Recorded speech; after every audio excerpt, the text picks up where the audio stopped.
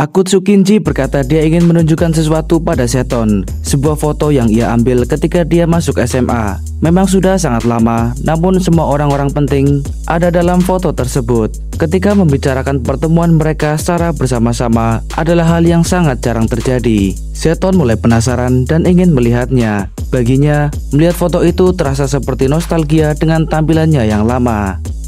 Yonesaki Takayuki, Iwashiro Gunji, Hanazawa Saburo, Masanori Kobayashi, dan juga Kato Hideyoshi. Selamat datang di Mangaversa. Inilah chapter 40 agar kita bisa bahagia. Setelah mendengar informasi terkait rencana penyerangan para berandalan kepada Seton, 4 orang petinggi susuran ini langsung menghajar mereka. Tampak jelas terlihat para senior tersebut tak mengalami kesulitan berarti. Malahan mereka bisa menyudutkan mereka yang mencoba mencari masalah dengan susuran. Gunji bahkan tak menghitung itu sebagai sebuah pertarungan, lebih tepatnya pembulian. Dengan tongkat pemukul di tangan, mantan pemimpin fraksi Iwashiro ini memukul kepala pria tersebut. Gunji tahu perbuatannya itu menyakitkan, namun dia juga ingin agar pria tersebut membayangkan seberapa parahnya jika Gunji memakai pipa besi atau pemukul baseball dari logam.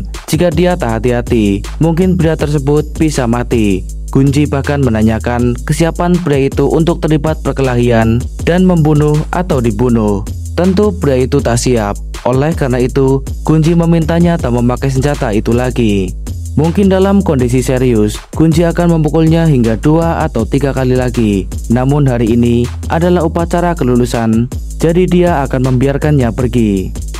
Akan lebih baik jika pria tersebut pulang lalu mencari pacar. Sayangnya, Gunji tak tahu jika pria itu sudah memiliki pacar. Terlebih, pacarnya seumuran dan memiliki kacamata berukuran F-cup. Gunji merasa tertipu dan harga dirinya jatuh. Dia menjadi begitu kesal hingga berniat untuk memukuli pria tersebut sekali lagi.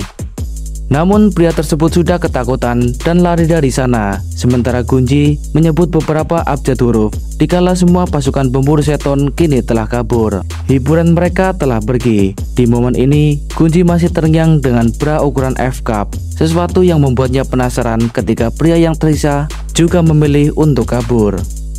Namun Kato Hideyoshi menyadarinya. Lalu dengan cepat dia melemparkan pemukul baseball ke arahnya. Beruntung pria tersebut sempat melihat dan pemukul baseball yang melayang itu hanya mengenai pohon tak jauh dari tempatnya berdiri. Pria itu adalah Shirai. Dia ketakutan setengah mati melihat Hideyoshi menatapnya dengan tatapan mematikan. Shirai mengakui kesalahannya hingga ia berlutut di hadapan medok susuran. Namun Hideyoshi memalingkan wajahnya. Di situ ia dihampiri pria lainnya yang menyodorkan pemukul baseball. Adalah tangan kanan Hideyoshi, Masa, yang menodongkan pemukul baseball. Dia mengejek Shirai yang menurutnya bodoh seperti biasanya.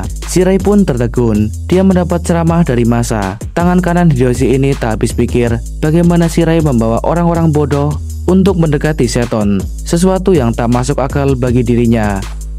Kala itu, Gunji, Hideyoshi, dan Kome mengajak Masa pergi meninggalkan Shirai. Namun sebelum itu Masa mengungkapkan bahwa alasan Seton yang pernah menghajarnya kala itu adalah karena Shirai adalah seorang pengkhianat bodoh yang hanya tahu cara untuk berbohong. Menurutnya, menjadi orang bodoh bukan berarti tak memiliki kemampuan untuk belajar. Shirai telah menjelek-jelekan temannya di belakang, lalu tak bisa mengatakan hal yang benar dari yang salah. Itulah yang membuatnya jadi bodoh. Sambil memalingkan wajahnya, Masa menyarankan agar Shirai menyadari kebodohannya sebelum terlanjur dewasa. Mendengar itu, Shirai merasa harga dirinya runtuh. Dia mengambil pipa besi yang terjatuh dan langsung menyerang Masa. Di sini Masa telah bersiap. Dia tahu menasehati Shirai tak cukup hanya dengan perkataan. Lalu dia bisa memblokir serangan Shirai yang tertuju padanya. Sekali lagi Masa menyinggung Shirai yang tak bisa menggunakan kemampuan berpikirnya. Alhasil, Masa memberinya sebuah tendangan ke arah perut untuk menjaga jarak. Lalu apa yang akan dilakukan orang kepercayaan Hideyoshi ini membuatnya seperti diambang kekalahan. Karena Masa melayangkan sebuah tendangan cepat yang mengarah tepat ke kepalanya. Akibat tendangan tersebut, Shirai pun tumbang seketika. Di depan kuil Shinto ini, para senior susuran merayakan kelulusan mereka dengan unjuk kebolehan. Sementara itu, di waktu yang sama, di atas jembatan penyeberangan, Hana menanyakan identitas pria yang menghadang jalan. pria ini menolak memberitahukan namanya karena ia beralasan hanya sekedar ingin melihat orang seperti apa Tsukishima Hana dari susuran yang terkenal itu.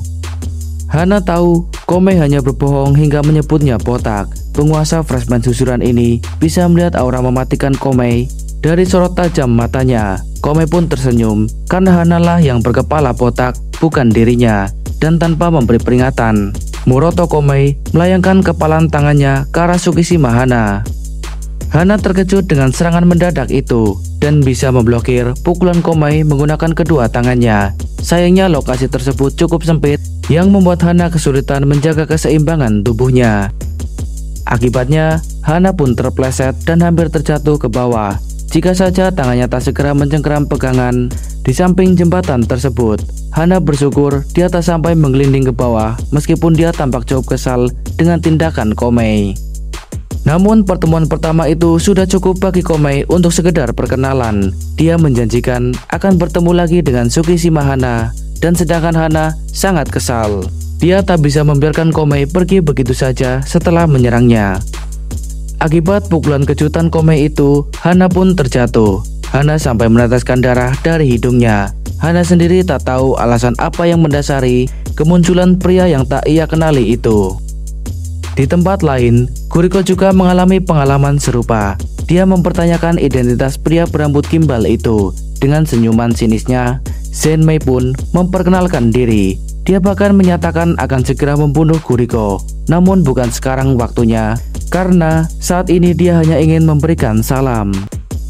Di saat Zenmei belum sempat menyelesaikan ucapannya, pukulan Kuriko sudah mendarat lebih cepat untuk membungkam mulut kakak dari Arson bersaudara itu. Akibat pukulan itu, kacamata yang dikenakan Zenmei pun terlepas. Tak hanya itu, Zenmei juga terhempas dan roboh seketika. Kuriko dengan lantang menyerukan agar Zenmei cepat pulang, buang air dan bergegas tidur daripada mengganggunya, sambil memalingkan wajah dan melangkah pergi. Nampaknya pukulan itu belum seberapa bagi Zenmei. Dia pun segera bangkit kembali. Saudara tua Arson bersaudara ini tak menyangka sosok Kuriko adalah orang yang gampang terpancing amarahnya. Namun di satu sisi, dia juga merasakan kembali pukulan kuat yang membuat hidungnya berdarah setelah sekian lama. Zenmei menginjak kacamata yang biasa ia pakai. Dengan ambisi yang meledak-ledak, ia yakin akan bisa membunuh Hanaki Kuriko. Tatapan tajam matanya menunjukkan dia menargetkan Kuriko, namun ia juga tahu sosok Raja Iblis susuran bukanlah orang yang bisa ia remehkan. Setelahnya, Zenmei pun memalingkan wajahnya dan melangkah pergi, pun dengan Kuriko yang berjalan ke arah sebaliknya. Namun, Kuriko sempat menoleh. Dia akan mengingat nama Moroto Zenmei. Sementara itu, di saat yang sama, tangan pria ini gemetar, bahkan ia tak kuasa menahan rokok di tangannya. Di tengah jalan itu, Komei melihat telapak tangan, lalu merasa ada yang tak biasa di lengannya, terutama otot bisep dan tricepnya yang sedikit mengalami kram tak biasa. Sensasi ini bukanlah suatu hal yang umum terjadi baginya. Ini juga membuktikan bahwa Tsukishima Hana memang setangguh itu. Di sisi lain susuran, Zeton akhirnya bisa menemukan keberadaan teman-temannya setelah mencari agar tak ketinggalan upacara kelulusan mereka. Ia cukup kesal karena ditinggalkan sendirian.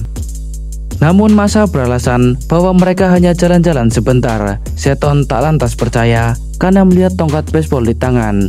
Pikirannya langsung mengarah ke tindakan buruk.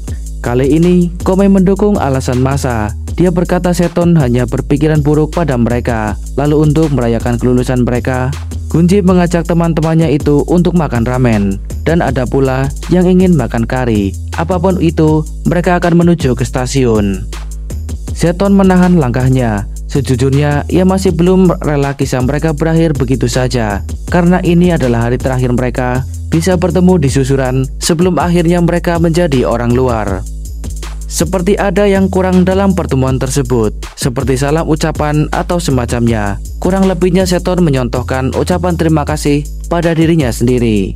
Meskipun dia juga bingung untuk mengatakannya. Di momen ini, medok susuran sedikit menghela nafasnya. Kata kelulusan bukanlah akhir, melainkan awal yang baru. Hideyoshi sedikit mengingat tentang awal masa freshman mereka. Bahkan sebelum masuk susuran, Masa dan dirinya telah bertemu Kirishima Hiromi. Lalu momen pertemuannya dengan Hiromi, awal nama Hideyoshi terdengar. Ada Gunji yang awalnya terlihat kecewa dengan senior yang ia hormati, Pon atau Honjo Toshiaki. Juga momen Seton yang masih terlihat polos serta ekspresi datarnya memperkenalkan dirinya di hadapan para senior susuran. Momen Kome setelah dikalahkan Hideyoshi lalu menyerahkan kekuasaan kelas A ke tangan Mad Dog susuran. Ada momen di mana 5 junior susuran tersebut ikut ambil bagian dari insiden geng legendaris Parko and Dangerous, sekaligus menjadi awal mereka melihat sosok asli Kanayama Joe yang kala itu masih seorang freshman namun telah mendominasi siswa baru Hosen hingga kemunculan Takeda Kosei, bos armamen dan merupakan orang berbahaya sejak masa SMP-nya yang memiliki gaya bertarung brutal membuatnya disegani. Gunji yang masih labil dan tipe pemarah yang ditakuti, pria yang juga pernah memegang kendali di SMP EPI. Kehebohan Furious 5 ketika mendengar Hideyoshi memiliki seorang pacar lebih tua 2 tahun dan Kome yang memiliki pacar 2 tahun lebih muda darinya. Beranjak dari waktu ke waktu, persaingan sengit 4 raja baru di generasi mereka. Seton yang dirumorkan sebagai yang terkuat tak tertarik dengan Joe melawan Kosei yang baginya hanya memperebutkan tempat ketiga. Perkembangan mereka mulai terasa hingga kedatangan Kusugami Tatsuo, berandalan yang dikatakan sebagai yang terkuat di Jepang. Namun ada Boya Harumichi yang menurut Seton adalah yang terhebat. Tatsuo tak bisa menyaingi jarak kekuatan Harumichi. Lalu Gunji dan Kome yang menerima kunjungan dari Kosei dan Teso. Mereka memiliki masalah dengan sophomore susuran kala itu hingga freshman war era Kuriko dan Kurosawa. Sebagai seniornya, Masa dan Hideyoshi bertaruh atas namanya. Hingga kemunculan seorang outsider bernama Hanaki Kuriko yang sempat diremehkan ketika pertama kali mendengar namanya. Hideyoshi yang memperkeruh keadaan tatkala freshman war era Hana pucat dipermalukan Amachi Hisashi. Lalu kunjungan Hana padanya, serta pernyataan Hana yang ingin menjadi bos susuran, disertai ambisi besar Seton yang ingin merubah susuran yang ia cintai. Kome yang tak banyak bicara, serta tak menonjol, namun ketika dia berkata, pendapatnya selalu didengarkan. Juga ketika Hideyoshi memohon pada teman-temannya agar diizinkan mengurus masalah dengan Hosen era Kingjo. Lalu tertawaannya bersama Masa tepat sebelum bertarung dengan Jenderal Hosen di hutan monster. Semua kenangan memori itu membekas di hati Mad Dog susuran ini. Hal ini membuat Seton sedikit bingung dengan dirinya. Namun Hideyoshi hanya tersenyum melihat ke arah teman-temannya. Hideyoshi berpikir bertemu dengan mereka semua setelah memutuskan masuk ke susuran adalah hal terbaik yang pernah ia rasakan. Mereka lah yang selalu membantunya dalam senang maupun duka. Karena itu, Hideyoshi menyampaikan ucapan terima kasih. Momen itu menjadi hening seketika tatkala mereka mengalami fase pendewasaan dari mulai menjadi siswa baru hingga memiliki rekam jejak di masa SMA. Sepertinya mereka pun setuju dengan pernyataan Hideyoshi, meskipun masing-masing dari mereka memilih cara yang berbeda. Masa tersenyum, namun sebenarnya dia hampir tak kuasa menahan air mata ketika Hideyoshi merubah suasana. Sementara itu, mantan orang nomor 1 susuran ini tak kuasa membendung air matanya ketika melihat Masa. Seton menangis mendengar kalimat menyentuh Hideyoshi, juga momen di mana Hideyoshi mencuri kata-katanya. Masa menegur Seton agar tak menangisi keadaan, juga wajahnya menakutinya. Lalu Masa memiliki ide untuk melempar kaleng sebagai penentu apakah mereka akan makan ramen atau kari. Jika ia bisa memasukkan kaleng tersebut ke dalam tong sampah, maka mereka akan makan ramen. Namun jika ia meleset, mereka akan makan kari. Namun Gunji tak setuju karena itu tak adil bagi dia yang sudah ingin makan ramen. Mendengar itu, Seton merebut kaleng di tangan Masa. Alih-alih mempertaruhkan makanan, ia menggantinya dengan pertaruhan masa depan.